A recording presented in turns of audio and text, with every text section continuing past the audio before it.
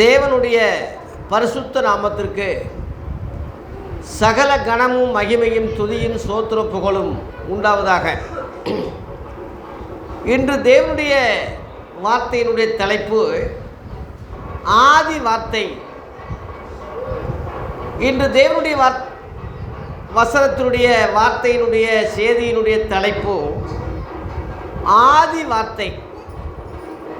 இன்றைக்கு வேத பாடமாக வாசித்த பகுதியில் இருந்து ஒரு சின்ன விளக்கத்தை கொடுத்துட்டு குறித்த டயத்தில் நான் முடிக்கிறேன். 1 யோவான் 1 அதிகாரத்தை இன்றைக்கு வேத பாடமாக வாசித்தோம். இதை கேட்குற தேவ ஊழியர்களே, உலகமெங்கும் உள்ள தேவ பிள்ளைகளே, சங்கீதத்தை வேத பாடமாக வாசிக்கிறதை இனிமேல் தவிர்த்து ரோமர்லேருந்து யூதா வரைக்கும் உள்ள நிருபங்களை சபைகளில் வாசிக்க தொடங்குங்க. தேவ ஊழியர்களே, அன்போடு உங்களை கேட்டுக்கொள்கிறேன். ஏனென்றால் நிருபங்கள் கிறிஸ்தவர்களுக்காக எழுதப்பட்டது,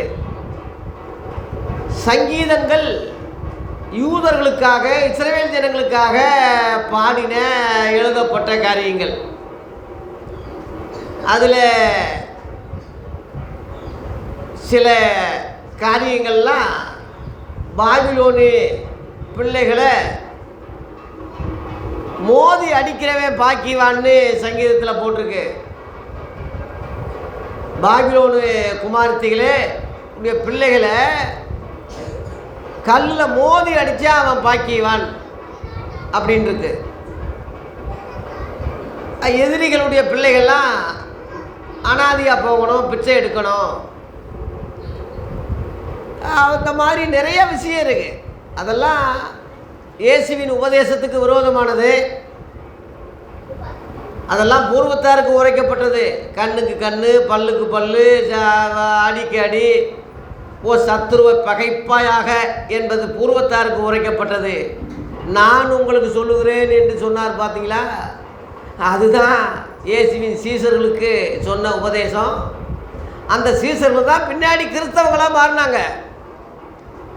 ஆகவே பூர்வத்தாருக்கு உரைக்கப்பட்டதை கிறிஸ்தவங்களுக்கு சொல்லிக்கிட்டு திரிகிற அந்த நிலைமையை மாற்றி கிறிஸ்தவங்களுக்கு என்ன சொல்லப்பட்டதோ அதைத்தான் சபைகளில் வாசிக்கணும், சொல்லணும். அந்த அடிப்படையில் இந்த மெய்யான ஒளி தேவ சபை நிருபங்களை பாடமாக வாசிக்கிறோம். அந்த அடிப்படையில் தேவ ஊழியர்களே, கிறிஸ்தவ மக்களே, உங்களுக்கு அன்போடு வேண்டிக் கொள்கிற காரியம், நிருபங்களை படிங்க. நிருபங்களுடைய காரியங்களை மக்களுக்கு உள்வாங்க செய்யுங்க. அதுதான் கிறிஸ்தவங்களுக்காக எழுதப்பட்டது. பழைய ஏற்பாடு கிறிஸ்தவர்கள் அல்ல, கிறிஸ்தவர்களுக்காக எழுதப்பட்டதும் அல்ல. அதெல்லாம் பூர்வ காலத்தில் பங்கு பங்காக வகை வகையாக சொல்லப்பட்ட தீர்க்க தரிசனங்கள் அது. ஆகவே அப்போஸ்தலர் 11:26 படி முத கிறிஸ்தவங்களாக்கப்பட்ட உண்மை சத்தியத்தை வெளிப்படுத்தின அந்த நிருபங்களை சபைகளில் வாசிக்க அன்போடு உங்களை கேட்டுக்கொள்கிறேன். அந்த வகையில் நாங்கள் வாசிச்சுக்கிட்டு இருக்கிறோம். அந்த நிருபத்திலிருந்து ஒரு பகுதியை உங்களுக்கு சொல்ல போகிறேன். ஆதி வார்த்தை என்ற தலைப்பு. இங்கே அப்போஸ்தலனாகிய யோவான் சுவிசேஷத்திலையும் சரி, நிருபத்திலையும் சரி, இதே வார்த்தையை தான் சொல்கிறான். சுவிசேஷம் எழுதும்போது கூட ஆதியிலே வார்த்தை இருந்தது என்று தான் ஆரம்பிக்கிறான். நிருபத்தை எழுதும்போதும் கூட ஆதி முதல் இருந்ததும் என்று அந்த ஆதி வார்த்தையைத்தான் இங்கே குறிப்பிடுகிறான் என்பதை கவனிங்க. இந்த ஆதின்னு சொல்கிறது தான் இந்துக்களில் ஆதி பராசக்தின்னு சொல்கிறாங்க. ஆதி பகவன் முதற்றே உலகு என்று குறளில் சொல்லப்பட்டிருக்கு. ஆதி தேவன் மகாதேவன் என்று மறிவப்பட்டிருக்கு. இப்படி எல்லா புராணங்களையும் வேதங்களையும் அது தீர்க்க தரிசனமாக மறிவி ஞான அர்த்தங்களாக மறிவி விட்டது. அதுபோல பழைய ஏற்பாடு யூத புஸ்தகத்திலேயும் கூட ஆதியிலே தேவன் வானத்தையும் பூமியும் உண்டாக்கினார் என்று தான் முத ஆரம்பிக்குது. ஆதியாகமம் 1:1. ஆகவே இயேசு கிறிஸ்து இந்த உலகத்தில் மனித அவதாரம் எடுத்த போது நான் ஆதியும் அந்தமும் முந்தினவரும் பிந்தினவருமாய் இருக்கிறேன் என்று வெளிப்படுத்தல 22:13 சொன்னார். ஆதி முதல் நான் உங்களுக்கு சொன்னவர் தான் அப்படின்னு யோவான் 9ஆம் அதிகாரத்தில் சொல்கிறாரு. ஜனங்களுக்கு அது புரிந்து கொள்ளலை. ஆபிரகாம் உண்டாகிறதுக்கு முன்னமே நான் இருந்திருக்கேன்னு சொல்கிறாரு. யோவான் 8ஆம் அதிகாரத்தில் ஜனங்க கல்லுகளை எடுத்துக்கிட்டாங்க. ஏண்டா உனக்கு 50 வயசு ஆகலையே, நீ ஆபிரகாம முன்னாடி இருந்தையோ? புரியல மக்களுக்கு. புரியாத மக்களுக்கு சொல்கிறத விட விலகி போனார்னு போட்டிருக்கு. ஆகவே தேவ மக்களே, பிள்ளைகளே, நாமளும் புரியாமல் அறியாமல் ஆராதனைக்கு வந்துக்கிட்டு போகக்கூடாது. ஏதோ கிறிஸ்மஸ் பேர் அளவில் கொண்டாடிக்கிட்டு இருக்கு தெரியக்கூடாது. நம்ம ஆராதிக்கிற இயேசு ஆதியிலே வார்த்தையாக இருந்தவர். 2000 வருஷத்துக்கு முன்னாடி கிமுன்னு வரலாறு இயேசு பிறந்ததுனால சொல்கிறாங்க இல்லையா? அப்போ தான் பிறந்திருக்காருன்னு நம்ம நினைக்கக்கூடாது. கிறிஸ்மஸ் வந்த உடனே இயேசு பிறந்துட்டார் இப்போ தான் பிறந்தார் அப்படிலாம் நம்ம நினைக்கிறோம். மாம்ச ரீதியில் இயேசு பிறந்தது உண்மை. ஆனால் அதுக்கு முன்னாடியே அவர் இருந்திருக்கிறார். அதான் பாயிண்ட்டு. யோவான் சாணகன் சொல்கிறான், எனக்கு பின்னாடி வந்தவர் எனக்கும் முன்னாடி இருந்தவர்னு சொல்கிறான். லேலுயா, என்னிலும் அவர் மேன்மை உள்ளவர். அவருடைய பாதரட்சை அவிழ்க்கிறது கூட எனக்கு என்ன இல்லை, தகுதியே கிடையாதுன்னு சொல்கிறான். அந்த அளவில் அவன் அறிஞ்சிருக்கான். அதுபோல் இயேசுவுக்கு முன்னாடி நிறையா பேர் இருக்கலாம். இப்போ புத்தரெல்லாம் இயேசுவுக்கு முன்னாடி பிறந்தவர் தான். திருவள்ளுவர்லாம் அந்த காலகட்டம் தான். அதுக்கு முன்னாடி சாணக்கியர்னு ஒருவர் கிமு 4ஆம் நூற்றாண்டில் வந்ததாக ஒரு பெரிய அறிஞர் அவர் சாணக்கியர். இந்த மாதிரி ஏகப்பட்ட வரலாறுகள் இருக்கு. அதுக்கு பிறகுதானே இயேசு பிறந்தாருன்னு நம்ம நினைக்கிறோம். ஆனால் உண்மை என்னன்னா, எல்லாவற்றுக்கும் இயேசு முந்தினவர். லேலுயா. ஆதியிலே அவர் தேவனோடு இருந்தார் என்று யோவான் 1:2 இருக்கு. யோவான் 1ஆம் அதிகாரம் 2ஆம் வசனத்திலே ஆதியிலே அவர் தேவனோடு இருந்தார். அப்ப தேவன் எங்க இருந்தார், எப்படி இருந்தார்னு யாருக்கு தெரியும்? அனாதி தேவன் போட்டிருக்கு. தேவனை ஒருவனும் ஒரு காலம் கண்டதில்லை என்று யோவான் 1:18 இருக்கு. அவர் யாரும் பார்க்க முடியாது. 1 தீமோத்தேயு 6:16 ஒருவராய் சேரக்கூடாத ஒளியில் வாசம் பண்ணுகிறவர், மனிதரில் ஒருவரும் கண்டிராதவர், காணக்கூடாதவர் அப்படின்னு இருக்கு. இந்து புலவர்கள் பாடுறாங்க, தந்தையின் தாயை போல அவர் இருப்பார், அவருக்கு தந்தை தாயும் இல்லை. தேவனுக்கு தந்தை தாய் கிடையாது. எல்லாருக்கும் தந்தை தாயா இருக்காரு, பிதா என்று அழைக்கப்படுறாரு. அவருக்கு ஒரு தகப்பே தாய் இல்லை. ஆகவே அவர் அம்மை அப்பராக காட்சி அளிக்கிற ஆதி தேவனா இருக்கார். அந்த தேவன் வாயிலிருந்து வந்த வார்த்தை தான் இயேசுவாக பூமிக்கு வந்தார். அல்லேலூயா. அதான் முதல் பேரான வார்த்தைன்னு சொல்கிறோம். உங்கள் குழந்தை முத அம்மான்னு சொல்லும் போது எப்படி இருக்கு உங்களுக்கு? சந்தோஷம். அம்மான்னு சொல்லிருச்சே, அப்பான்னு சொல்லிருச்சே, எவ்வளோ மகிழ்ச்சி நமக்கு. அதுபோல் அந்த தேவனுடைய முதல் பேரானவர் சொல்லும் போது வார்த்தை ஆதியிலே தேவன் வானத்தையும் பூமியை சிருஷ்டித்தார்னு சொல்லும் போது உண்டாக்க கடவுதுன்னு சொன்னாரே, அப்படியே உண்டாயிடுச்சு இல்லையா? அதுக்கும் முன்னாடி தேவன் பேசின வார்த்தை தான் இயேசு. புரிஞ்சுக்கங்க. லேலுயா. நீதிமொழிகள் 8ஆம் அதிகாரத்தில் 22ஆம் வசனத்தையும் 23ஆம் வசனத்தையும் பார்த்தீங்கன்னா இயேசுவே சொன்னதாக ஒரு தீர்க்க தரிசனம் இருக்கு. என்ன போட்டிருக்குன்னா, ஆழங்களும் உலகமும் வானமும் பூமியும் உண்டாகும் முன்னதாகவே நான் ஜெனிப்பிக்கப்பட்டேன். ஆதி முதல் அனாதியாய் நான் அபிஷேகம் பண்ணப்பட்டேன் அப்படின்னு சொல்றாரு. அதில் 30 வரைக்கும் 30ஆம் வசனம் 27லிருந்து 30 வரைக்கும் பார்த்தீங்கன்னா அவர் வானங்களை படைக்கும் போது பக்கத்தில் செல்ல பிள்ளையா இருந்தேன்னு சொல்கிறார். அவர் பூமியை வட்டணிக்கும் போது நான் பக்கத்தில் நின்றுக்கிட்டு இருந்தேன்னு சொல்கிறாரு.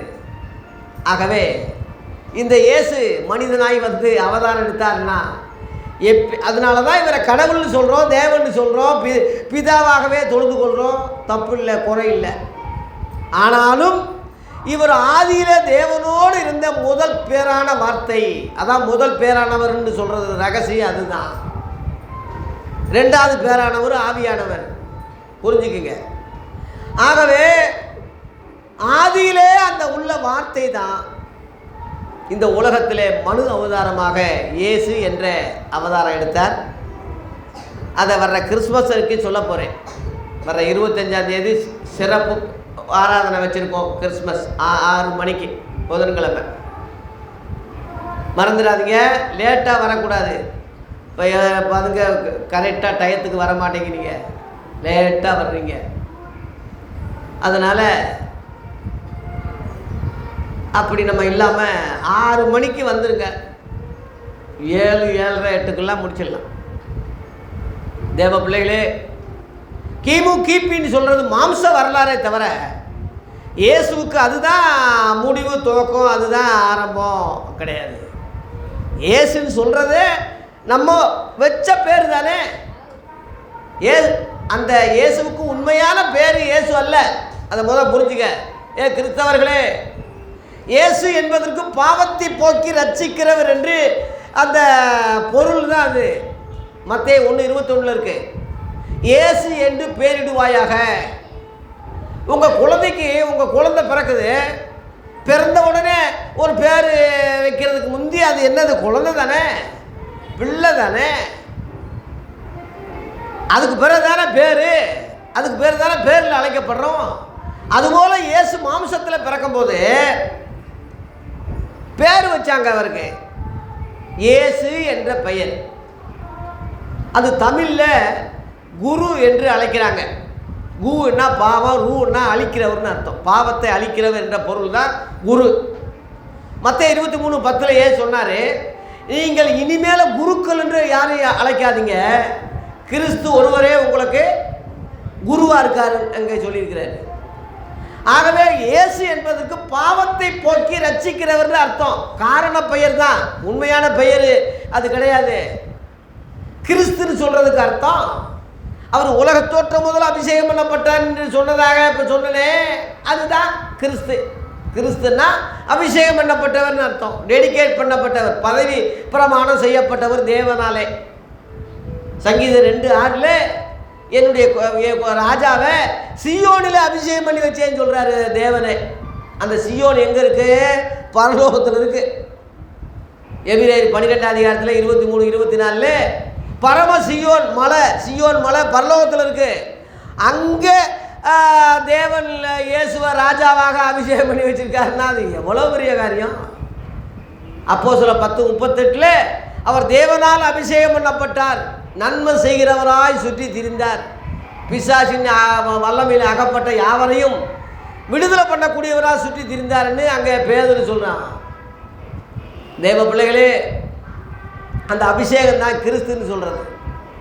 கர்த்தர் 2 பேர் அவருக்கு எப்படி வந்துச்சுன்னா, பிலிப்பியர் 2ஆம் அதிகாரத்திலே 6லிருந்து 11 வசனம் வரைக்கும் நீங்கள் பார்த்தீங்கன்னா, அவர் தேவனுக்கு சமமாக இருப்பதை பெருசாக நினைக்காம தன்னைத்தானே வெறுத்து அடிமையின் ரூபம் எடுத்து மனுஷ சாயலானார்ன்னு இருக்கு. அதான் கிறிஸ்மஸ் கொண்டாடுறோம்.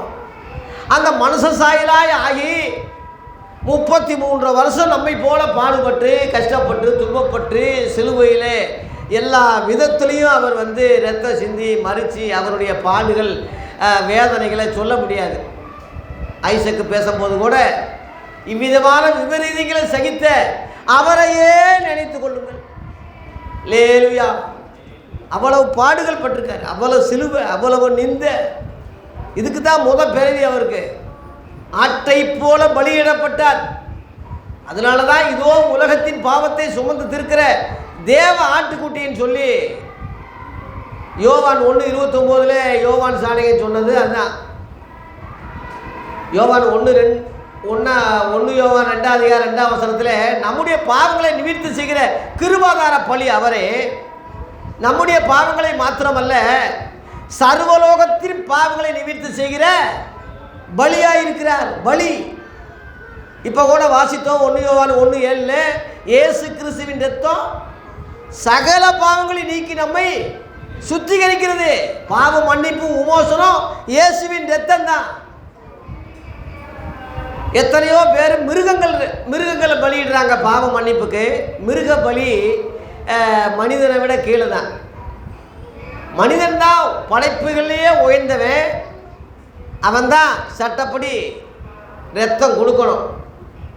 ஆனால் எல்லா மனிதர்களும் பாவம் செய்ததுனால எல்லாரும் ரத்தம் சிந்த முடியாது என்பதற்காக எல்லாரின் சார்பிலே அந்த ஆதி வார்த்தை மனு உருவு கொண்டு இயேசு என்ற அவதாரம் எடுத்தது. எல்லா பாவங்களையும் அவர் மேல் சுமத்தப்பட்டு சக்தி கிடாவாக பலி ஆடாக அடிக்கப்பட்டார். ரிக்கு வேதத்திலே அது சொல்லப்பட்டிருக்கு. ஏசாயா 53 அது சொல்லப்பட்டிருக்கு. எல்லா வேதங்களையும் முன்குறிக்கப்பட்டவர் தான் இயேசு. அந்த வகையில் ஆதியிலே தேவனோடு இருந்த அந்த வார்த்தையானவரை இந்த பூமியில் அனுப்பப்பட்டு காரண பெயர்கள் அவர் கொடுக்கப்பட்டது. எல்லா நாமத்துக்கும் மேலான நாமம் கர்த்தர் என்று எல்லாரும் அவர் வாயில சொல்லுங்க என்ற நாமத்தை தேவனே கொடுத்ததாக பிலிப்பியர் 2 நீங்கள் 6-11 வரைக்கும் பார்த்தீங்கன்னா, வானத்தின் பூமிங்கும் எல்லாரும் இயேசு என்ற நபரை கர்த்தர் இனிமேல் சொல்லுங்க அப்படின்னு சொல்லி தேவனே அவர் பேரை கொடுத்தாருன்னு போட்டிருக்கு. எல்லாம் காரண பெயர் தான். அதனால தான் கர்த்தராகிய இயேசு கிறிஸ்துன்னு சொல்கிறோம்.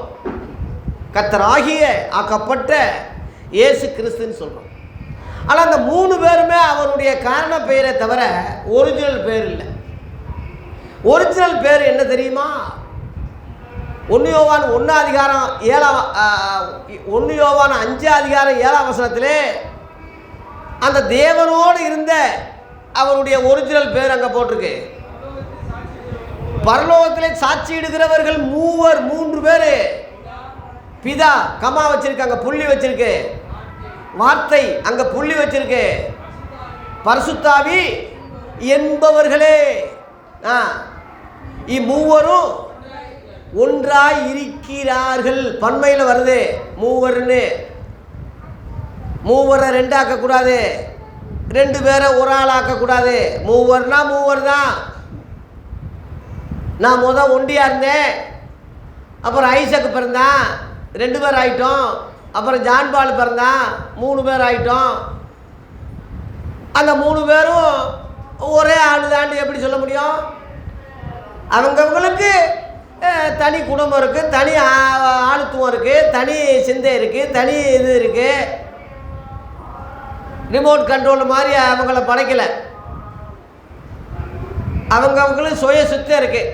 நான் சொல்கிறது அப்பா சொல்கிறது கரெக்டு இன்னும் புரிஞ்சு அவன் கீழ்ப்படிஞ்சா தான். மற்றபடி கீழ்ப்படியணும்னு அவசியம் இல்லை. நான் சொல்கிறதெல்லாம் அவங்க கேட்கணும்னு தேவையில்லை, மீறி போகலாம். ஆனால் அப்பா சொல்கிறது கரெக்டுன்னு நினச்சி கீழ்ப்படியும் போது, என் வார்த்தைக்கு அவன் கீழ்ப்படியும் போது அவன் என் சித்தப்படி செய்ய ஆரம்பிக்கிறான். அந்த வகையில் முதல் பேரானவராக இயேசு என்ற அவதார பேரை எடுத்து இந்த உலகத்தில் மனித பிறவி எடுத்தவர் தான் இயேசு என்று அழைக்கப்படுகிற அந்த வார்த்தையானவர். லேலுயா. இயேசு 2ஆம் வருகை வரும்போது எந்த பேரில் வர்றார் தெரியுமா? இயேசுன்னு வரமாட்டாரு, கிறிஸ்துன்னு வரமாட்டாரு, கர்த்தர்னு வரமாட்டாரு. என்ன பேரில் வர்றார் தெரியுமா? வெளிப்படுத்துகிற விசேஷம் 19:13 வாசிக்கும் போது இயேசு கிறிஸ்துவுடைய 2ஆம் வருகை வரும்போது, மணவாட்டி சபையோடு வரும்போது, வெள்ளை குதிரையில் வரும்போது, சேனைகளோடு வரும்போது எந்த நாமத்தில் வர்றாருங்க படிங்க. இரத்தத்திலே தோய்க்கப்பட்ட வஸ்திரம் தரித்திருந்தார். அவருடைய நாமம் தேவனுடைய வார்த்தை என்பதும் இல்லை. என்பதும் நான் அடிஷனலாக எடுத்துக்கலாம். என்பதே அந்த தேயை இழுக்கும்போது இதுதான் ஒரிஜினல் பெயர். அதுதான் ஆதியிலே வார்த்தையாக இருந்தார். அந்த வார்த்தை தேவனிடத்தில் இருந்தார். தேவனிடத்தில் இருந்ததுனால அவர் தேவனாக இருந்தார். புரிஞ்சுக்கங்க. தேவனாக இருந்தார்னு சொல்லியாச்சுல தேவன் தான் தற்குறிய மாதிரி பேசக்கூடாது. அதான் 2ஆம் வசனத்தில் இருக்குல்ல, தெளிவா தற்குறிகளுக்கு புரியுறதுக்கு. யோவான் 1:2 அவர் ஆதியில் தேவனோடு இருந்தார். ஒரே சின்ன வரி போட்டிருக்கு. அந்த வார்த்தை மாம்சமாகி, யோவான் 1:14, அந்த வார்த்தை மாம்சமாகி, அந்த தேவனோடு இருந்த அந்த வார்த்தை, ஆதியிலே இருந்த வார்த்தை இருக்கு, அந்த வார்த்தை மாம்சமாகி 14ஆம் வசனத்திலே கிருபையினாலும் சத்தியத்தினாலும் நிறைந்தவரா நமக்குள்ள என்ன செய்யார்? வாசம் பண்ணினார். அவருடைய மகிமையை கண்டோம். எவருடைய மகிமையை? தேவனுடைய மகிமையை இயேசுவின் மூலமாக கண்ணால் பார்த்தோம் ஐயா. அதனால தேவனை பார்க்கணும்னு அவசியம் இல்லை. ஒருத்தன் சொல்கிறான், இயேசுவின் சீசரில் ஒருத்தன் பிலிப்பு சொல்கிறான், பிதா பிதா பிதா பிதா பிதா பிதான்னு அடிக்கடி சொல்கிறீங்களே, பிதாவை எங்களுக்கு காண்பியும் அப்படி சொல்கிறான். ஏன் சொல்கிறாரு? ஏன்பா இவ்வளவு காலம் நான் கூடயே இருக்கிறேனே, என்னை தெரியலையா? என்னை கண்டவன் பிதாவை கண்டான். அப்படி இருக்க பிதாவை காண்பின்னு நீ எப்படி சொல்கிறேன்னு யோவான் 14:5 சொல்கிறாரு. அதுவும் இன்றைக்கி உள்ள தற்குறிகளுக்கு புரியாது. சொல்லிட்டார்ல இவர் தான் பிதான்னு தற்குறிக சொல்கிறாங்க. போதவர்களுக்கு தற்குறியாக இருக்கும்போது நீ எவனுக்கு சொல்கிறது? அர்த்தம் என்னென்னா, தேவனை இவனுக்கு காட்ட முடியாது. எப்படின்னா, தேவன் ஆவியாக இருக்கார். யோவான் 4:24 போட்டிருக்கு, தேவன் ஆவியாக இருக்காருன்னு போட்டிருக்கு. அப்போ இவன் ஆவியாக போனால் தான் அவரை பார்க்க முடியும், அல்லது அவர் மனுஷனாக வரணும். ரெண்டுமே இப்போதைக்கு சாதகம் இல்லாதது. ஏன்னா தேவன் மனுஷனாக வரல. புரிஞ்சுக்கங்க. அவருக்கு இறப்பும் இல்லை பிறப்பும் இல்லை. இறப்பும் இல்லை பிறப்பும் இல்லை. சாவாமைன்னு போட்டிருக்கு. பவுல் சொல்கிறான், சாவாமி உள்ளவர். 1 தீமோத்தேயு 6:16 இருக்குது. சாவாமை, சாவே இல்லாதவர். பிறப்புன்னு இருந்தால் தானே இறப்புன்னு வரும். பிறப்பே அவருக்கு இல்லை. அவர் எப்படி பிறந்து வந்தால் தானே இவனுக்கு காட்ட முடியும்? அல்லது இவன் பரலோகத்துக்கு போனால் தேவனை முகமாக பார்க்கலாம். அதனால நான் வந்துட்டேப்பா, நான் வந்து அவர்கிட்ட கூட அச்சு அடையாளம் நான் தான், நான் வந்து நிற்கிறேன்ல, என்னை பார்க்கலையா நீ? எபிரேயர் 1:3 இவர் அவருடைய தற்சுரூபம்னு போட்டிருக்கு. இவர் அவருடைய தமிழ் எழுத்தை போல ஒரு சிறந்த ஒரு மொழிபெயர்ப்பு உலகத்திலே இல்லை. ஆங்கிலத்தில் அப்படி கிடையாது, இவ்வளவு தெளிவாக இல்லை. இவர் அவர்னு இருக்கு. இவர் அவருடைய தற்சுரூபம் சொரூபமாக இருந்து, சொரூபம்னா ரூபம். ஆவியான தேவனுக்கு ரூபம் ஒன்றும் இல்லை ஏன்னு முட்டாத்தனமாக பாடுறான் ஒருத்தன். அவருக்கு ரூபம் இருக்கு. ரூபம் இருக்க போய்த்தானே நம்மை போல மனுஷனை படைப்போம்னு நினைச்சாங்க. தமது சாயலாக தமது ரூபத்தின்படி மனுஷனை உண்டாக்குவோமாக, அப்படித்தானே போட்டிருக்கு. அப்படித்தானே ஆதாம படைச்சாரு. அப்போ அவர் ரூபம் இல்லைல்ல, எப்படி படிப்பார்? ஆவிக்குரிய ரூபம் இருக்கு அவருக்கு. இயேசு உயிர்த்தெழுந்த பிறகு ஆவிக்குரிய ரூபமாக வந்தார். கையும் காலு காட்டினார்ல, சாப்பிட்டார்ல. அவரை போலவே நாம, நம்மை போல அவர் அல்ல, அவரை போல நாம. ஆமாம். இப்போ என் பையனை பார்க்கும்போது டக்குன்னு புரிஞ்சுக்கிடுவாங்க, உங்கள் அப்பா பால்முருகேசன். என் மகளை சொல்லும் போது ஆமாம் உங்கள் முகத்தை பார்த்த உடனே உங்கள் சாயல் கண்டிப்பாக அப்பா சாயல் பிள்ளைகளுக்கு இருக்கும், கண்டிப்பாக இருக்கும். அதுபோல முதல் பேரான இயேசு கிறிஸ்து தேவ சாயல். ஆகவே அவர் தேவனாகவே சொல்லலாம். அதான் தேவனாக அப்படின்னு போட்டிருக்கு. தேவன் சொல்கிறது வேற, தேவனாகன்னு சொல்கிறது வேற. ஒரு ஆள் உங்களுக்கு உதவி செய்தா, ஐயா கடவுளை போல வந்து காப்பாற்றி, கடவுளாக வந்து காப்பாற்றிங்கன்னா அவன் கடவுளா? கடவுளா?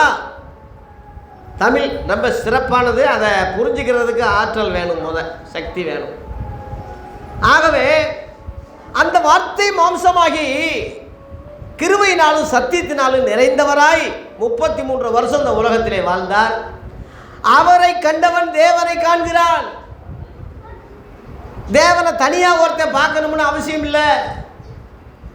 அவருடைய வரலாறை பார்த்தீங்கன்னா பேச்சையும் சரி நடத்தையும் சரி எந்த ஒரு குறை இருக்கா, எந்த ஒரு குற்றம் இருக்கா, எந்த ஒரு பாவம் இருக்கா? எபிரேயர் 26 இல்லை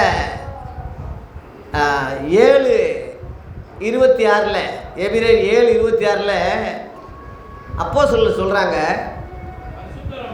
பரிசுத்தரும் குற்றமற்றவரும் மாசில்லாதவரும் பாவிகளுக்கு விலகினவரும் வானங்களிலே உயர்ந்தவருமாயிருக்கிற இவ்விதமான பிரதான ஆசாரியர் நமக்கு ஏற்றவராயிருக்கிறார். அல்லேலூயா. சீடர்கள் சொல்லுவாங்க, ஐயா பெரியாரோடு இருந்த சீடர்கள் அவரை பற்றி சொல்ல முடியுமா? எம்ஜிஆரோடு இருந்த ரசிகர்கள் எம்ஜிஆருடைய முழு வாழ்க்கையும் கரெக்டாக இருக்குன்னு சொல்ல முடியுமா? அண்ணா தோழரோடு இருந்தவங்க முழு வாழ்க்கையும் அவர் கரெக்டானவர் சொல்ல முடியுமா? சொல்ல முடியுமா? மனிதனுக்கு 2 பக்கம் இருக்கு. ஒரு பக்கம் அவன் நல்ல காரியங்களை செய்யக்கூடியவனாக இருக்கான், மறுபக்கம் மோசமாக இருப்பான். எம்ஜிஆர் எடுத்துக்கிட்டா கோடைவள்ளல், புரட்சி தலைவர், புரட்சி நடிகர், முன்னாள் முதல்வர், ஏகப்பட்ட நல்ல காரியங்கள் ஒரு பக்கத்தில் இருக்கு. மறுபக்கம் ரொம்ப மோசமான ஆளுன்னு தான் அவர் வரலாறுல மறுபக்கம் மோசமாக இருக்கும். எல்லா மனுஷனுக்கும் தான், எம்ஜிஆர் மட்டும் இல்லை, எல்லா பெரியார் எடுத்துக்கிட்டாலும், புத்தரையே எடுத்துக்கிட்டாலும், காந்தியவே எடுத்துக்கிட்டாலும் மறுபக்கம் மோசமாக தான் இருக்குது. எல்லாம் மனுஷன் தானே. ஆனால் இயேசுவை எடுத்துக்கிட்டிங்கன்னா 2 பக்கமும் அவர் பரிசுத்தர், குற்றமற்றவர், மாசு இல்லாதவர். ஒன்றும் செய்யாதீங்க, சும்மா. மாசு இல்லாதவர், குற்றமற்றவர், 2 பக்கம். யோவானில் 8:46 சொல்கிறாரு, சவால் விடுறாருயா, என்னிடத்தில் பாவம் உண்டு உங்களில் யார் என்னை குற்றப்படுத்தக்கூடும்? லேலுயா. சவால் விடுறாரு. இந்த மாதிரி எவனாவது சொல்ல சொல்லியிருக்கா நாட்டில்? சொல்லுங்க பார்ப்போம். என்னிடத்தில் பாவம் உண்டு உங்களில் யார் என்னை குற்றப்படுத்தக்கூடும்? நான் சத்தியத்தை சொல்லியிருக்க, பின்ன ஏன் என்னைய நம்பலைன்னு சொல்கிறாங்க. எப்படி? யோவான் 8:12 இயேசு ஜனங்களை நோக்கி, நான் உலகத்திற்கு ஒளியாயிருக்கிறேன், என்னை பின்பற்றுகிறவன் இருளில் நடவாமல் ஜீவ ஒளியை அடைந்திருப்பான். அல்லேலூயா.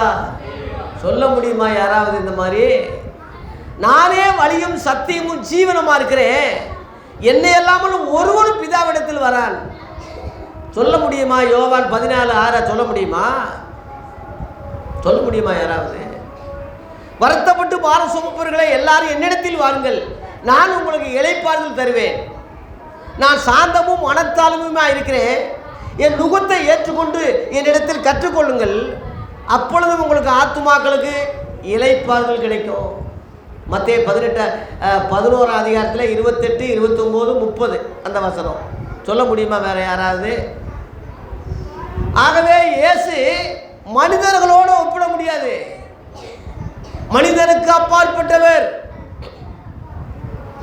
யோவான் 3:31 யோவான் சாணகன் சொல்றான், சிறிகளிலேயே அவன் தாயா பெரியவன், தீர்க்கதரிசி இல்லை, பொம்பளைகளில் பிறந்தவன் அவன் தான் பெரியவன்.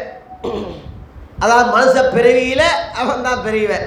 அவன் என்ன சொல்றான் படிங்க, யோவான் 3:31. யோவான் 3:31 உன்னதத்திலிருந்து வர்றவர் எல்லாரிலும், இந்த வார்த்தையை குறிச்சுக்கங்க, எல்லாரிலும், புத்தரிலும், காந்தியிலும், கலைஞர்களும் அறிஞர்களையும் அரசியல்வாதிகளையும் ஸ்தாபன தலைவர்களையும் எல்லாரையும் அப்படி போட்டுக்கோங்க. வேற எல்லாரிலும் மேலானவர் இயேசு. எல்லாரோட ஒப்பிடாதீங்க. அப்புறம் பூமியிலிருந்து உண்டான மனுஷ பிறவி பூமி தன்மை உள்ளவனாயிருந்து அவன் பூமிக்கு அடுத்தவங்களை தான் அவன் சொல்றான், பேசுறான், அவன் எழுதுறான், பாடுறான். அதான் சரித்திரம். பரலோகத்திலிருந்து வருகிறவரோ எல்லாரிலும் கவனிங்க. உங்க ஸ்தாபன தலைவர்கள், உங்க பிஷப்பு, உங்க ரெவரண்டு, உங்க ஆவிக்குரிய தகப்பு, உங்க பைபிள் காலேஜ் லீடர், இந்த உலகத்தில் எவே பெருசுன்னு நினைக்கிறீங்களோ எல்லாரிலும் இயேசு பெரியவர். அல்லேலூயா. இயேசுவை விட பெரியவர் தேவன் தான். என் பிதா என்னிலும் பெரியவர் என்று சொன்னார்ல, அதுதான். மற்றபடி மனுஷ பிறவிகளை இயேசுவே பெரியவர். இயேசு விட மனித பிறவிகளை எவனும் பெரியவன் இல்லை. எடுத்துக்கிட்டா தேவன் தான் பெரியவர். அதனால தான் என் பிதான்னு அடிக்கடி சொல்றார். அதுலேயே 34 பார்த்தீங்கன்னா தேவனால் அனுப்பப்பட்டவர், தேவனுடைய வார்த்தைகளை சொல்றார். அல்லேலூயா. இங்கே மனுஷனால் அனுப்பப்பட்ட மிஷினரிகள் பைபிள் காலேஜ் வார்த்தைகளை சொல்கிறான், இவங்க தலைவர்கள் வார்த்தையை சொல்கிறான், அவங்க ஸ்தாபன தலைவர்களே சொல்கிறான். ஆமாம், இன்றைக்கி பிஷப்பு வார்த்தை சொல்கிறான், போப்பு வார்த்தையை சொல்கிறான், யெகோவா சாட்சின்னா அவன் தலைவர் பேரை சொல்கிறான், சிஎஸ்ஐனா அவன் பிஷப்பை பேரை சொல்கிறான். மனுஷனால் அனுப்பப்பட்டவன் மனுஷனுடைய வார்த்தைகளை தான் சொல்கிறான். தேவனால் அனுப்பப்பட்டவர். அல்லேலூயா. தேவனுடைய வார்த்தையை சொல்கிறாரு. அங்கே கண்டதை, அங்கே கேட்டதை இங்கே சொல்கிறாருன்னு அவரே சொன்னார். சுயமா அவரே சொல்லலை. யோவான் 12 அதிகாரம் 49-50 இயேசுவே சொல்லியிருக்கிறாரு. நான் சுயமாக சொல்லலை, மற்றவங்க மாதிரி சுயமாக சொல்லலை. நான் சொல்ல வேண்டிய வார்த்தையெல்லாம் எப்படிப்பட்டதுன்னு அவரே சொல்லியிருக்கார், வாக்குமூலம் கொடுத்துருக்கார். படிங்க.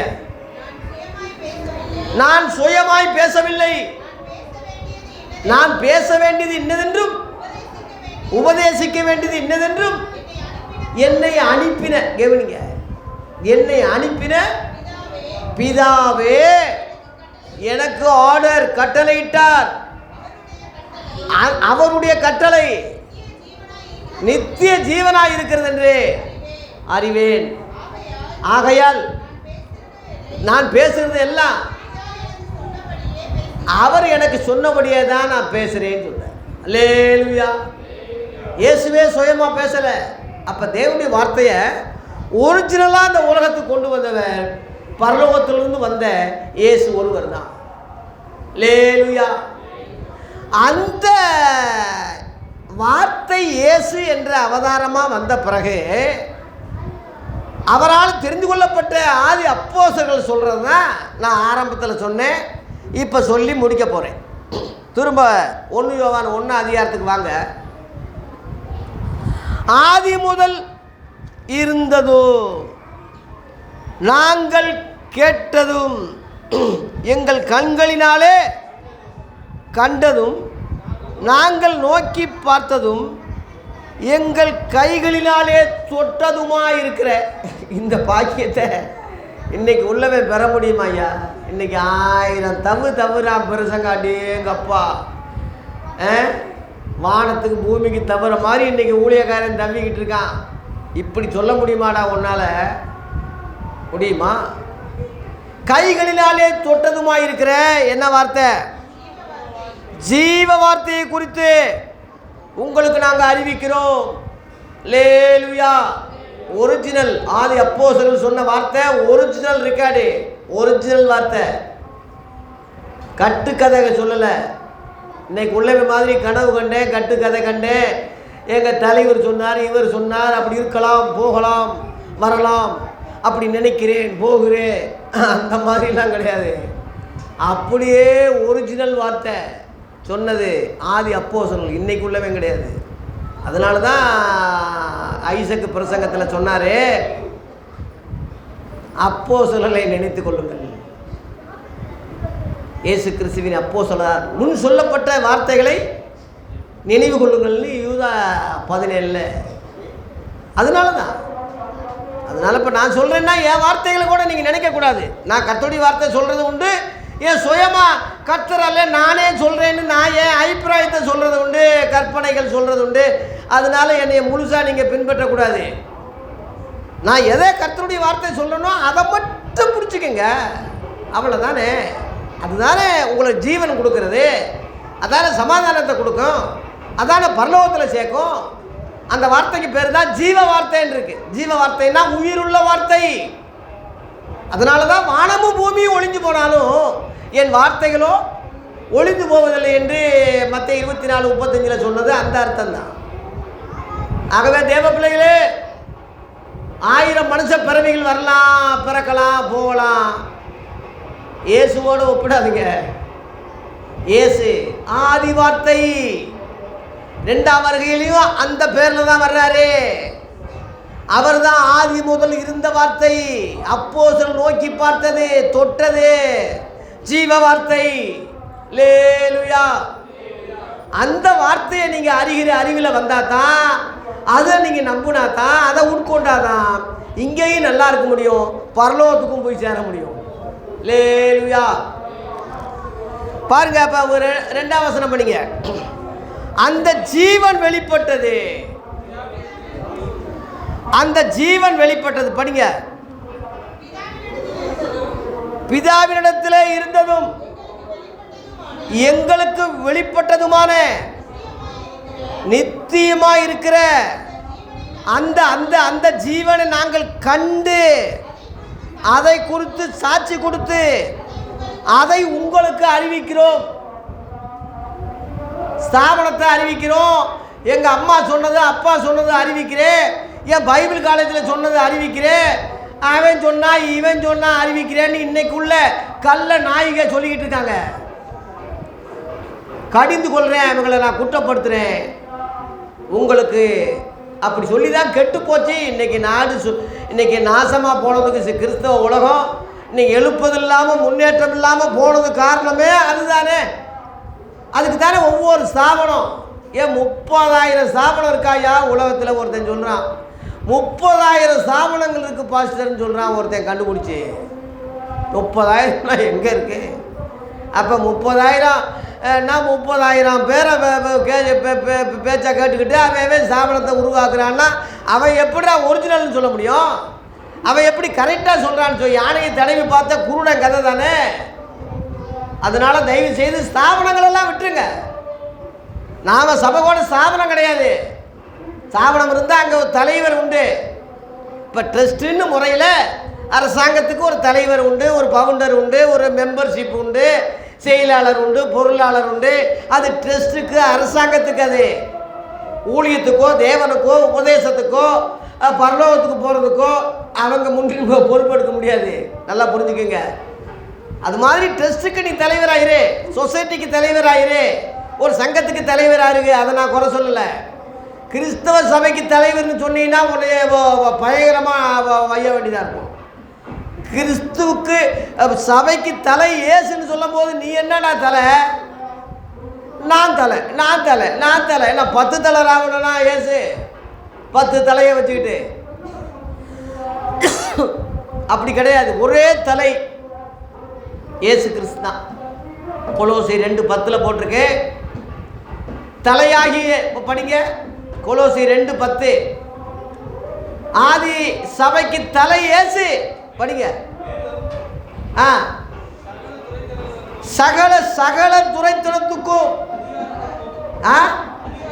சகல அதிகாரத்துக்கும் தலைவராயிருக்கிற அவருக்குள் நீங்களும் பூரண புருஷராக இருக்கீங்க. அல்லேலூயா. சகல அதிகாரத்துக்கும் துரைத்தனுக்கு தலைவராக இருக்கிற இயேசு கிறிஸ்துக்குள்ளதான் நீங்க பூர்ணம் அடைய முடியும். அதுலேயே 1:18 படிங்க. கொலோசியர் 1:18. அதுலேயே 1:18. அவரே சபையாகிய சரீரத்துக்கு தலையாவார். தலைனா தலைவர்.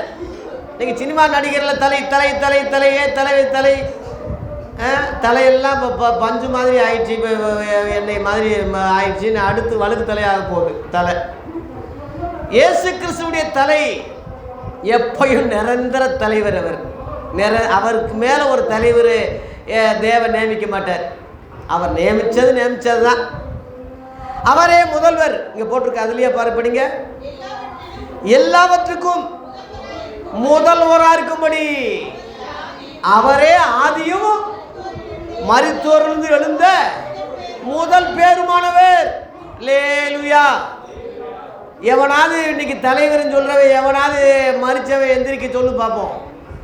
எவனாவது நான் தலைவர் ஐயா உங்கள் தலைவர் என்ன செத்துட்டார். இன்னைக்குள்ள தலைவர்கள்லாம் செத்து போகிறவங்க, ஏற்கனவே செத்தவங்க, இன்னும் சாக போகிறான் சில தலைவர். இயேசு அப்படி அல்ல. இயேசு கிறிஸ்து தலைமைத்துவம் உயிர் தெழுந்து இருந்தவராகவே இருக்கார். இப்போ கரண்டில் இருக்கார், இப்போ இருக்கார், நமக்காக பரிந்து பேசிக்கிட்டு இருக்காரு. திரும்ப பூமியில் வரப்போகிறாரு. அவரோட எந்த நாயை நான் ஒப்பிட முடியும்? பெரிய தொப்பியை போட்டுக்கிட்டு பிஷப்பு இங்கிட்டு ஒரு கம்பை வச்சுக்கிட்டு இங்கிட்டு ஒரு கம்பை வச்சுக்கிட்டு நாயை துரத்துற மாதிரி நீ பிஷப்பு நான் பிஷப்புன்னு பெரிய சிலுவையை போட்டுக்கிட்டு இருக்கிறியே. மக்களை ஏமாற்றி மக்களை காலில் விழுந்து கும்பிட வைக்கிறான். அவன் மோதிரத்தை கொடுத்து முத்தம் கொடுங்கன்னு சொல்கிறான். கண்டனம் பண்ணுறேன், கடிந்து கொள்கிறேன் அவங்களெல்லாம். தயவு செய்து கிறிஸ்தவங்க அவனை வந்து விரட்டி அடிக்கணும். எங்கே பயப்படுறீங்களே நீங்கள்? துணிஞ்சு பேசவே அச்சப்படுறீங்களே. ஆதி அப்போஸ்தலர்கள் சொன்னாங்க, நாங்கள் தேவனுக்கு செவி கொடுக்கறத பார்க்கிறோம், உங்களுக்கு செவி கொடுக்கறது உத்தமம்னு நினைக்கிறீங்களா? அவருக்கு செவி கொடுக்குற நாங்கள், உங்களுக்கு ஏன் நாங்கள் பயப்படணும்? ஜெயிலில் போடுறீங்களா போடுங்க, அடிக்கிறீங்களா அடிங்க, ஏன் கொல்றீங்களா கொல்லுங்க. பிலாத்து கவர்னர்கிட்ட ஏன் சொன்னார், என் மேலே உனக்கு ஒரு அதிகாரம் கிடையாது, பரத்திலிருந்து வந்தால் ஒழிய என் மேலே உனக்கு ஒரு அதிகாரம் கிடையாதுன்னு சொல்லி தைரியமாக பேசுகிறார். அதில் பயந்தவன் தான் பிலாத்து. என்னடா அது, நீ தேவகுமாரனான்னு பயப்படுறாரு. அவன் கதை தெரியுமா உங்களுக்கு? தற்கொலை பண்ணிட்டு செத்துட்டான். யார்? பிலாத்து. யூதாசு மட்டும் சாகலை, பிலாத்து செத்ததாக வரலாறு இருக்கு. பின்னாடி குற்றமில்லாத ரத்தத்தை காட்டி கொடுத்துட்டேன்னு சொல்லி மனுஷன் அப்படியே வேதனைப்பட்டு செத்தே போயிட்டான். அந்த அளவில் இயேசு வானத்திலும் பூமியிலும் சகல அதிகாரம் உள்ளவர். மத்தேயு 28:18 போட்டிருக்கு. வானத்திலையும் பூமியிலையும் சகல அதிகாரம். இன்னைக்குள்ள முதல்வரை தமிழ்நாடு கூட அதிகாரம் கிடையாது. மேலிடத்திலிருந்து சொன்னால் பயப்படுறாங்க. அங்கே 28 மாநிலம் இருக்குது, 28 முதல்வர்கள் நம்ம இந்தியாவில் இருக்காங்க. ஆனால் இயேசு இங்கே போட்டிருக்கு, அவரே முதல்வர். லேலுயா. உலக சபை, உலகத்தில் எத்தனை கிறிஸ்தவ சபை இருக்கோ அத்தனை கிறிஸ்தவ ஒரிஜினல் சபைக்கு இயேசு முதல்வர். இங்கே போட்டிருக்கு. நீ கல்லூரிக்கு முதல்வராக இருக்கலாம், நான் குறை சொல்லலை. ஒரு சங்கத்துக்கு நீ முதல்வராக இருக்கலாம், அதை நான் குறை சொல்லலை. திருச்சபைக்கு, இயேசுவின் சபைக்கு நீ முதல்வர்னு சொல்கிறது தான் உன்னை நான் விரட்டி அடிக்க வேண்டியதாக இருக்கே தவிர, வைய வேண்டியதாக இருக்க, திட்ட வேண்டியதாக இருக்க தவிர, அவரோட எவனையும் ஒப்பிடக்கூடாது. சூரியனோட எவனை நான் ஒப்பிட முடியும்? சூரிய வெளிச்சத்தோடு யாரையாவது ஒப்பிடுங்க பார்ப்போம். இங்கே மெர்க்கூரி இருக்குது, இங்கே டீப் லைட் இருக்குது, உண்மைதான், வெளிச்சம்தான், இல்லைன்னு சொல்லல. சூரியனோடு ஒப்பிட முடியுமா? அவர் முகம் சூரியனை போல பிரகாசித்தாக மத்தேயு 17 இருக்கு. அதனால தான் பரலோகத்தில் இயேசு இருப்பதுனால சூரியன் சந்திரன் அதுக்கு வெளிச்சம் கொடுக்க அவசியம் இல்லைன்னு இருக்கு. லேலுயா. அப்பேற்பட்ட இயேசு, அப்பேற்பட்ட தேவகுமாரன், அப்பேற்பட்ட கிறிஸ்து, அப்பேற்பட்ட கர்த்தராகிய இயேசு நம்மை ரட்சிக்க மனித பிறவி எடுத்து படாத பாடெல்லாம் பட்டு சிலுவையில் ரத்தம் சிந்தி மறிச்சார்னா, ரத்தம் சிந்தினார்னா, அந்த ரத்தம் இன்னைக்கும் பேசிக்கிட்டு இருக்கு. ஆபேலுடைய ரத்தம் பேசுறதை பார்க்கிறோம். நன்மையானவங்களை பேசுகிற ரத்தமாகிய அந்த ரத்தத்துக்கிட்ட தான் வந்து சேர்ந்தோம்னு எபிரேயர் 12:23-24 இருக்கு. நம்ம அங்கே தான் போய் சேர போகிறோம். ரத்தம் இப்போ இருக்கு, இங்கே சிந்தின ரத்தம் இங்கே இல்லை, பரலோகத்தில் இருக்கு அந்த ரத்தம். அல்லேலூயா. அந்த ரத்தத்துக்கு தான் போய் சேர போகிறோம். அதனாலே கிறிஸ்மஸ் கொண்டாடுகிற தேவ பிள்ளைகளே, ஊழியர்களே, கிபின்னு இப்போ தான் பிறந்தாரு, இதிலிருந்து தான் 1, 2, 3, 2024 சொல்லாதீங்க. அவர் ஆதியமும் அந்தமும் மரித்தோரிலிருந்து முதல் பேரானவர். அவர் முந்தினவர் பிந்தினவர், கடைசி வரைக்கும் நமக்கு பாதுகாவலர், முதல்வர், தலைவர் இயேசு ஒருவரே நமக்கு தலைமை இடம். சர்வ சங்க பரலோகம் இது கிடையாது. இது இன்னைக்கு இருக்க ஒரு புயல் வந்தால், பெரிய ஒரு மழை வந்தால் இது தாங்குமா? பரலோகம்தான் சர்வ சங்க சபைன்னு போட்டிருக்கு. அங்கே தான் ஹெட் ஆஃபீஸ், நமக்கு தலைவர் அங்கே தான் இருக்கார். நாம் எல்லாம் அங்கே போய் தான் சேர போகிறோம். இங்கே வாடகை வீடு, ஒத்தியாக இருக்கலாம், வாடகையாக இருக்கலாம், இல்லை சொந்த வீடாக கூட இருந்துட்டு போட்டோம். நம்ம கொண்டு போகிறது ஒன்றும் இல்லைல்ல. கொடநாடை பாருங்கள், கடலூர் மாவட்டத்தில் எத்தனை அழிஞ்சது, எவ்வளவு சேதம், எவ்வளவு இது. இங்கே உள்ள வீடெல்லாம் இடிஞ்சு விழுந்து 7 பேர் செத்துட்டாங்களா.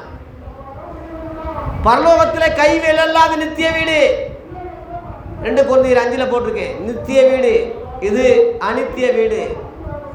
பரலோகத்தில் நித்திய வீடு. என் பிதாவின் வீட்டில் அநேக வாசஸ்தலங்கள் உண்டுன்னு சொல்லிட்டு எதுலையாவது போய் இருங்கன்னு சொல்லலை. உங்களுக்குன்னு ஒரு ஸ்தலத்தை ஆயத்தப்படுத்த போகிறேன்.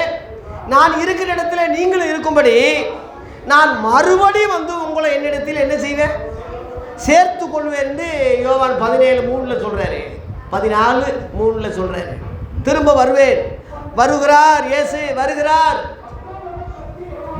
அதனால தான் ஆதி கிறிஸ்தவங்க மாரநாதான்னு சொன்னாங்க. இயேசுவை மாரநாதா, இயேசு வரப்போகிறார், வருகிறார்னு அர்த்தம்.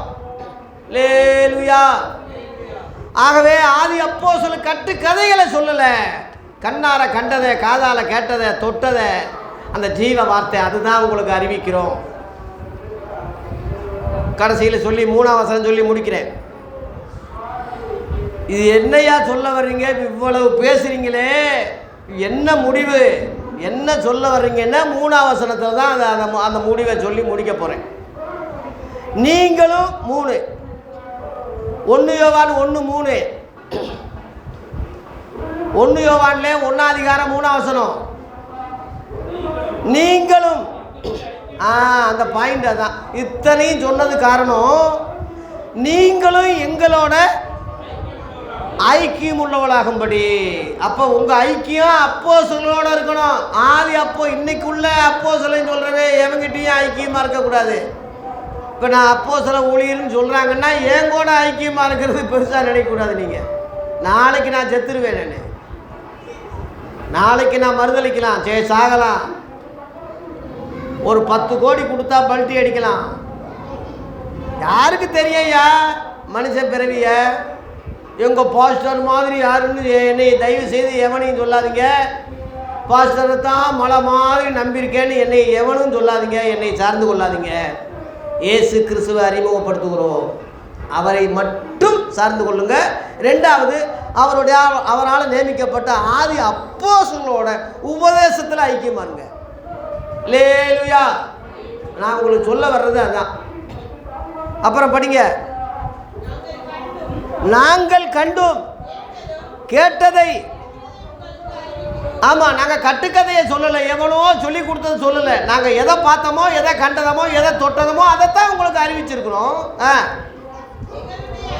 எங்களுடைய ஐக்கியம் பிதாவோடும் அவருடைய குமாரனாகிய இயேசு கிறிஸ்துவோடும் இருக்கிறது. அல்லேலூயா. இன்னைக்குள்ள கிறிஸ்தவங்கிட்ட ஐக்கியம் கேட்டா, உங்கள் ஐக்கியம் என்னன்னு கேட்டால், நாங்கள் பிரதர் மிஷன் ஐக்கியம், நாங்கள் செவன்த்-டே ஐக்கியம், நாங்கள் சிஎஸ்ஐயோட ஐக்கியம், நாங்கள் ஏச்சி சபையில் ஐக்கியம், நாங்கள் பெந்தேகோஸ் சபையில் ஐக்கியம், நாங்கள் பெந்தேகோஸ்னு ஒன்று இருக்குது அதில் ஐக்கியம், நாங்கள் பைபிள் மாணாக்களோடு ஐக்கியமாக இருக்கோம், நாங்கள் யெகோவா சாட்சியோடு ஐக்கியமாக இருக்கிறோம், நாங்கள் லுத்தரன் சபையில் ஐக்கியமாக இருக்கிறோம். எத்தனை ஐக்கியம், எத்தனை ஐக்கியம். ஆதி அப்போஸ்தலர் சொல்கிறாங்க, எங்க ஐக்கியம் எங்க இருக்கு? பிதாவோடும் அவருடைய குமாரனாகிய இயேசு கிறிஸ்துவோடு இருக்கிறதுனால நீங்க எங்களோட ஐக்கியமாகும்படி இதையெல்லாம் சொல்றோம். அல்லேலூயா. ஆகவே ஆதி அப்போஸ்தலர்களோட ஐக்கியம் கொள்ளுங்க. அவங்க பிதாவோடு குமாரனாகிய இயேசுவோட ஐக்கியம் ஏற்கனவே ஆகிட்டாங்க. அதனால நம்முடைய ஐக்கியம், நம்ம எல்லாம் என்னையும் சேர்த்து நம்ம எல்லாருடைய ஐக்கியம் ஆதி அப்போஸ்தலர்களோட இருக்கட்டும். அதான் அவங்க தான் இல்லையா எங்கே எதை நாங்கள் ஏதாவது கேள்வி கேட்கணும்னா பதில் சொல்லணும்ல. அவங்க இப்போ இல்லையே, எல்லாரும் 1ஆம் நூற்றாண்டோடையே செத்துட்டாங்களே, அவங்க எப்படி சொல்லி கேட்டால் ரோமர்லேருந்து யூதா வரைக்கும் நீங்கள் கேட்குற கேள்விகளுக்கெல்லாம் பதில் உண்டு, விடை உண்டு. என்னென்ன சந்தேகம் இருக்கோ அதுக்கெல்லாம் விளக்கம் இருக்கு. ஒரு மனைவி புருஷன்கிட்ட எப்படி நடந்துக்கிறணும் இங்கே போட்டிருக்கு. ஒரு புருஷன் மனைவி எப்படி நடத்தணும் போட்டிருக்கு. பிள்ளைகள் அப்பா கிட்ட எப்படி நடந்துக்கிறணும் போட்டிருக்கு. அப்பா பிள்ளைகள் எப்படி நடத்தணும் போட்டிருக்கு. 2ஆம் வருகை என்ன போட்டிருக்கு. ரகசிய வருகை என்ன போட்டிருக்கு. 1000 ஆண்டு அரசாட்சியா போட்டிருக்கு. அந்தி கிறிஸ்துவா போட்டிருக்கு. 666 போட்டிருக்கு. அவங்க எழுதாத ஒன்றும் இல்லையே, எல்லாம் எழுதிட்டாங்களே, எல்லாம் சொல்லிட்டாங்களே. இயேசுவே சொன்னார்ல, என் பிதாவிட்ட கேள்விப்பட்ட எல்லாத்தையும் சொல்லிட்டேன்னு சொன்னார். யோவான் 15:15. அதனால் உங்களை ஃப்ரெண்டு சிநேகிதர்னு சொல்கிறேன், இனிமேல் ஊழியக்காரன்னு சொல்ல மாட்டேன்.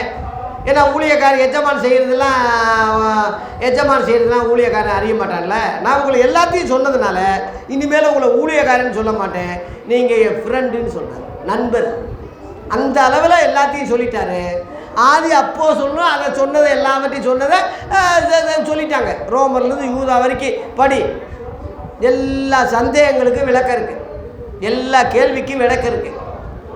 இன்றைக்குள்ள திருச்சபைகளே, போதர்களே, ரெவரண்டுகளே, பெரிய பெரிய தலைவர்கள் சொல்லிக் கொள்கிற மக்களே, இனிமேல உங்களுக்கு தலைவர் இயேசுவாக்குங்க, தலைமையிடம் பரலோகமாக்குங்க, மக்களை அப்படி வழி நடத்துங்க, நிருபங்களை படிக்க வைங்க, நிருபங்களை சபையில் வாசிங்க, நிருபங்களுக்கு விளக்கம் கொடுங்க. பழைய ஏற்பாடை பின்கண்ணாடியாக வச்சுக்கோங்க, புதிய ஏற்பாடை முன்கண்ணாடியாக வச்சுக்கோங்க. புதிய ஏற்பாடை அப்பமாக்குங்க, பழைய ஏற்பாடை மீனாக ஆக்குங்க. மீனை எல்லாரும் அப்படியே முழுங்க முடியாது. முள் இருக்குது, குடல் இருக்குது, மண்டை இருக்குது, செதில் இருக்குது, அதில் நிறையா கழிவு பொருள் இருக்குது. பழைய ஏற்பாடை அப்படியே எடுத்துக்கிற முடியாது, கழிவு பொருள் நிறையா இருக்குது. அப்பத்தில் கழிவு பொருள் கிடையாது, அந்த அப்பந்தான் புதிய ஏற்பாடு. அந்த அப்பந்தான் இயேசு கிறிஸ்து, வானத்திலிருந்து இறங்கின ஜீவப்பம். என்னை புசிக்கிறவன் என்னாலே பிழைப்பான்னு சொல்கிறாரு. அதை மக்களுக்கு கொடுங்க. போதர்களே, தலைவர்களே, பெரிய பெரிய ஆளுகளே, இனிமேலாவது திருந்துங்களா. உங்களை கெட்ட வார்த்தை வையக்கூடிய அளவில் கோபமாக இருக்குது எனக்கு. கெடுத்துட்டீங்க, திருச்சபையில் கெடுத்துட்டீங்க. சாபனம் பேரில், சபை பேரில் எல்லாம் நாசமாக்கி இயேசுவின் பேரால் அழைச்சிக்கிட்டே வர்றீங்க. 15ஆம் நூற்றாண்டுலேருந்து வந்தது தானே சாபனங்கள். 1ஆம் நூற்றாண்டுக்கு வாங்கடா, எல்லாத்தையும் தள்ளிட்டு 1ஆம் நூற்றாண்டில் சபைக்கு வா, அந்த அஸ்திவாரத்துக்கு வா. 1 கொரிந்தியர் 3:11 போடப்பட்ட அஸ்திவாரமாகிய இயேசு கிறிஸ்துவே அல்லாமல் வேற எந்த அஸ்திவாரத்தை எவனும் போடக்கூடாதுன்னா 1000 கணக்கில் போட்டு வச்சிருக்கிறீங்க. உன்னை எப்படி வையாமல் இருக்க முடியும்? எப்படி வையாமல் இருக்க முடியும்? எபேசி 2:20 அப்போஸ்தலர் தீர்க்கதரிசியுடைய அஸ்திவாரத்தின் மேல் கட்டப்பட்டவர்களுமாய் இருக்கிறீர்கள், அதுக்கு இயேசு கிறிஸ்து தாமே மூளைக்கல்லா இருக்காரு. அவர் மேல் மாளிகை முழுவதும் இசைவாய் இணைக்கப்பட்டு கர்த்தருக்குள் பரிசுத்த ஆலயமாக எழுப்புகிறது. அவர் மேல் நீங்களும் தேவனுடைய வாசஸ்தலமாக கூட்டி கட்டப்பட்டு வருகிறீர்கள். கழுத்து வரைக்கும் சபையை ஆவியானவர் கட்டுவார். பெந்தைகோஸ்து நாளில் இறங்கின ஆவியானவர் கழுத்து வரைக்கும், காலில் இருந்து கழுத்து வரைக்கும் கட்டுவார். தலை இயேசு, தலையோடு இந்த முண்டை போய் ஓட்டிக்கிறோம். அதான் ரகசிய வருக, வானத்தில் எடுத்துக்கொள்ளப்படுறது. சீக்கிரம் சம்பவிக்க போகுது. அந்தி கிறிஸ்து வரப்போகிறான். எருசலேமில் சண்டை இப்போ ஓய போகுது. ட்ரம்ப்பு இப்போ ஜெயிச்சிட்டாரு. ட்ரம்ப்பு அந்த சண்டையை நிறுத்த போகிறாரு. உலகம் முழுவதும் ஒரே நாடு ஆக போகுது, ஒரே தேர்தல் வரப்போகுது, ஒரே தலைவர் வரப்போகிறான். அந்த தலைவர் தான் அந்தி கிறிஸ்துவாக வரப்போகிறான். உலகம் முழுவதும் இன்றைக்கி அந்தி கிறிஸ்துக்கு ரெடி ஆகிக்கிட்டு இருக்கு. நம்ம இந்தியா ஒரே தேர்தல் ஒரே நாடுன்னு சொல்கிறது அந்த ரகசியம்தான். மோடிக்கு தெரியுதோ தெரியலையோ, உங்களுக்கு தெரிஞ்சிருக்கணும், தேவ ஊழியர்களுக்கு தெரிஞ்சிருக்கணும். ஒரே கண்ட்ரோல் அந்தி கிறிஸ்துக்கு போகுது நாடு முழுவதும். அதிலிருந்து தப்பிக்க வல்லவர் இயேசு கிறிஸ்துடைய வார்த்தை தான். வெளிப்படுத்தல் 3:10 படி உலகம் முழுவதும் வருகிற சோதனை காலத்துக்கு தப்பும்படி நானும் உன்னை காப்பேன். அந்த ஒரு வார்த்தை தான் நமக்கு நிம்மதி பாதுகாப்பே தவிர வேற உலகத்தில் எந்த நாதியும் நமக்கு கிடையாது, எந்த இதுவும் கிடையாது. இயேசுவை தலைவராக்குங்க, தலைமையிடம் பரலோகமாக்குங்க, அவரால் நியமிக்கப்பட்ட ஆதி அப்போஸ்தலர்களை அஸ்திபாரமாக்குங்க, அவங்களுடைய நிருபங்களை பாடமாக்குங்க. இதுவே உங்களுக்கு தாழ்மையாய் சொல்லுகிற அன்பின் ஆலோசனைகள், அன்பின் வேண்டுகோள்கள், அன்பின் சத்தியங்களை தவிர இதில் நானும் உங்களோட சேர்ந்து உடன்பட்டு பயணிப்போம். கர்த்தர் நம்மை ஆசீர்வதிப்பாராக. அவருடைய ஐக்கியத்திலே, ஆதி அப்போஸ்தலருடைய ஐக்கியத்திலே இணைவோமாக.